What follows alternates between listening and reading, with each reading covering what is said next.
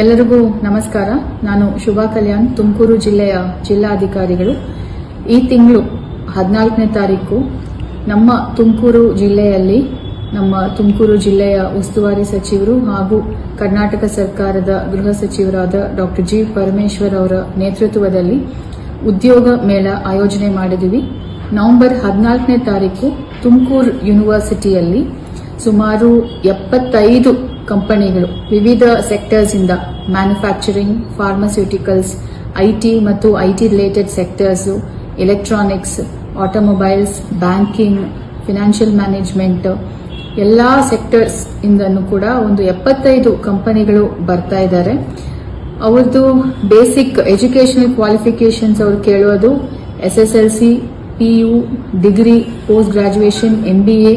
ಈ ವರ್ಷ ನಾವು ಸುಮಾರು ಸಾಫ್ಟ್ವೇರ್ ಕಂಪನೀಸ್ ಕೂಡ ನಾವು ಇನ್ವೈಟ್ ಮಾಡಿದ್ವಿ. ಸೊ BE ಗ್ರಾಜುಯೇಟ್ಸ್ ಕೂಡ ಈ ಒಂದು ಉದ್ಯೋಗ ಮೇಳದಲ್ಲಿ ಪಾರ್ಟಿಸಿಪೇಟ್ ಮಾಡಬಹುದು. ತಾವು ಎಲ್ಲರೂ ಕೂಡ ನಿಮ್ಮ CV ಕಾಪಿಗಳು ಮತ್ತು ಆಧಾರ್ ಕಾರ್ಡ್ ಕಾಪೀಸ್ ಇದನ್ನು ತಗೊಂಡು ನವೆಂಬರ್ 14ನೇ ತಾರೀಕು ನಮ್ಮ ತುಮಕೂರು ಯೂನಿವರ್ಸಿಟಿಗೆ ಬರಬೇಕು ಅಂತ ನಾನು ವಿನಂತಿ ಮಾಡ್ತಾ ಇದ್ದೀನಿ. ಇದು